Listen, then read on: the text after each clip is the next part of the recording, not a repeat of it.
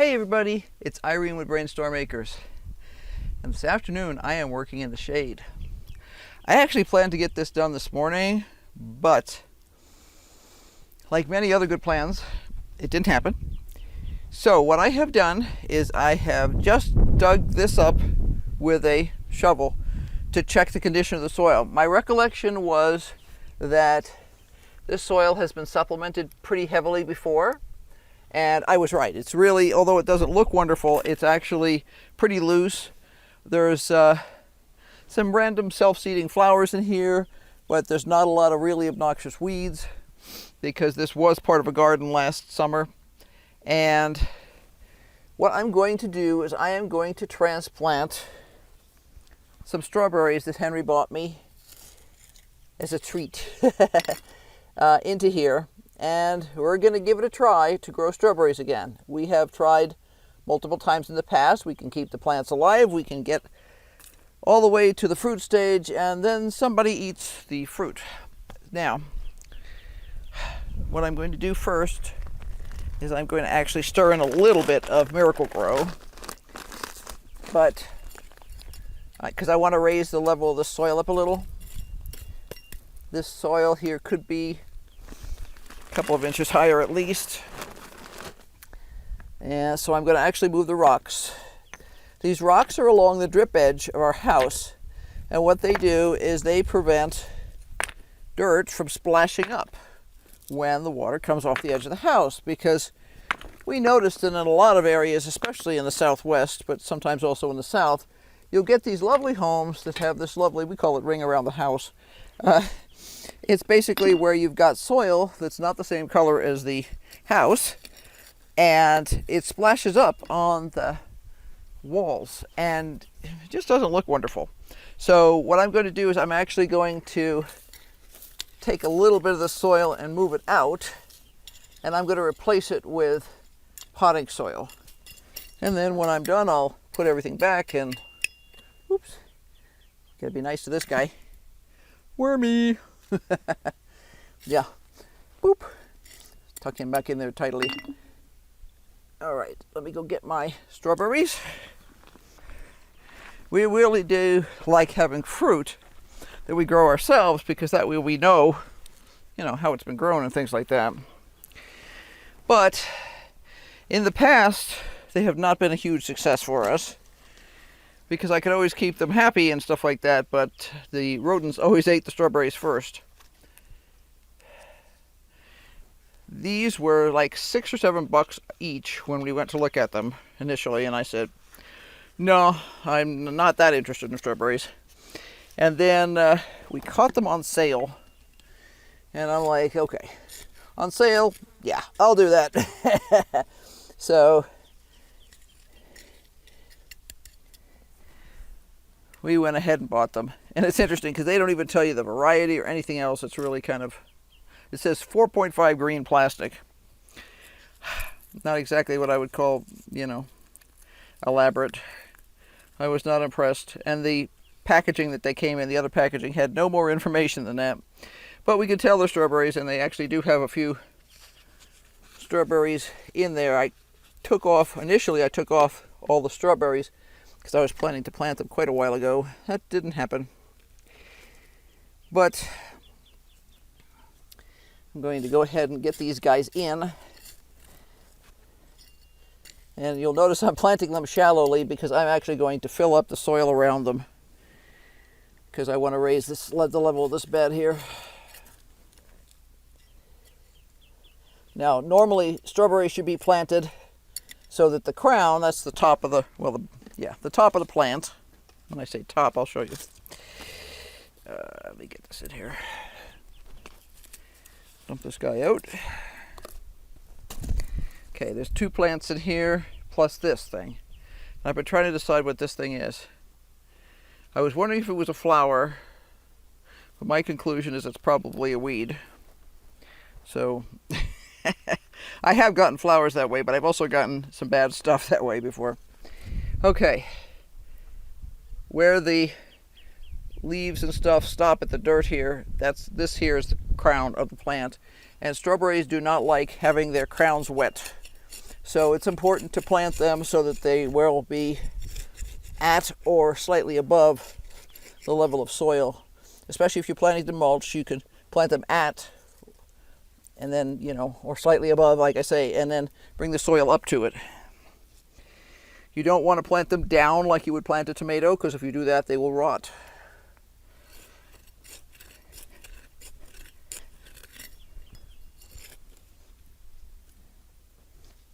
And I am going to let these babies spread, and we'll see what happens. Since I don't even know what the variety of this is, which is something I don't like doing normally. Somebody's chewing on me. But we decided this would be as good a location as any to plant them in. So, what the heck. Like I say, they were on sale. So we're going to give them a try. I'm raising the soil level here about 1 inch to 1.5 inches, depending on the location. Because it's decent soil now, it's been amended quite a bit, but a little bit extra won't hurt. This location here will not get much direct sun. But it'll be very bright here. And we're hoping that they will like it here. In the past, it's been so bright that it's been hard to keep them happy. And we were thinking that this might be a better solution. So, I'm gonna try it. Worst case, it's a fail. This wasn't too expensive a thing. And if you never try, you'll never know if you're gonna make it work. So, we're gonna try. I also brought these clippers in here too, because once again, I have flowers. And I had pruned all the flowers off the other day. But this plant is really determined to have flowers, which we will not allow it to do. We want all the effort for the plant to go into the leaves, not to go into any kind of flowering stuff. So I noticed this morning again, and I'm like, what? We are watering these. I just increased the amount of water on them the other day. So far they seem to be doing really well. I want them to be happy and comfy because we're hoping for lots of rhubarb things this year. We love rhubarb, and how cool is it to know exactly what's been done with it? You don't have to make any guesses. I like that. These are actually 2 different kinds of rhubarb. We bought those as roots from Johnny's Select Seed quite a few years ago, but they were in a different location and they didn't like it. This was a gift from our friend Lisa. And yeah, we've been, this arrived as a tiny little pot. I want to say it may have been about this size. I think it was. Just one little teeny pot with maybe 2 leaves on it, 3 leaves. And we had some problems having the time to put it in, and the poor thing almost died, and I wasn't sure it was going to make it, and it has done beautifully. It really loves this spot. I've been watering this like crazy, and it's still not happy out in the sun. So it's definitely time to make it go somewhere else. Totally pot bound, that helps. This is another one that it says it's a strawberry. And this says 11-inch tomato cage. No. That's just the size of the pot. But it's ever-bearing. That's what we know. So, at least it's ever-bearing. Oh, Henry's sneaking away. We have to show you the Jack game that Henry and Jack have. Oh, Jack will come when I tell him something cool's going on. Come on, Jack.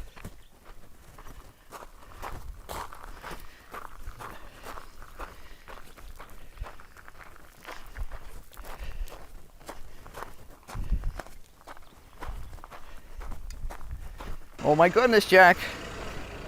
Oh my goodness. Okay, so I assume you have the package? I do. Awesome. Just one, right? Yes. Okay.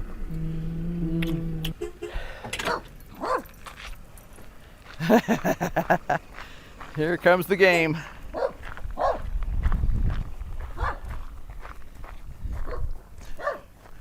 Bark, bark! Bark, bark! Bark, bark!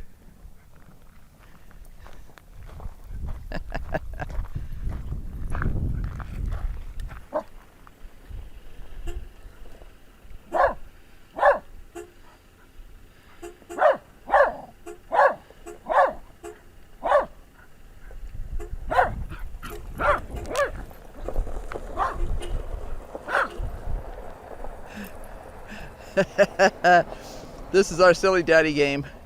When we got Jack, I don't think we never heard him bark. He didn't bark. He was an abused dog. It was a rescue, and I suspect that he was probably beaten every time he barked when he was young. So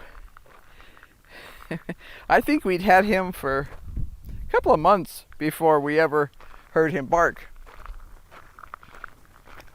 And we knew he was getting comfortable in his new place when he would bark in his sleep and things like that. So he will bark if something's going wrong. So if there's a snake, if there's a tarantula, if there's a... Oh, let's see, he's barked at javelina outside the fence before. Things like that. He will bark if there's something that's not supposed to be there. And if he barks, you stop what you're doing and you go check him out, because he doesn't bark casually. He's not one of these dogs that has to bark at everything. But that's a game that he and Henry play. Every time Henry goes to town, he and Jack honk and bark at one another.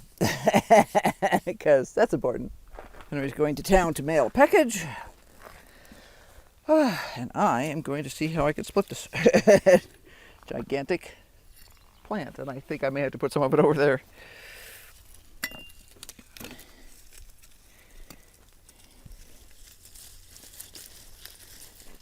What they do is they slap a bunch of small plants in here to make this look cool.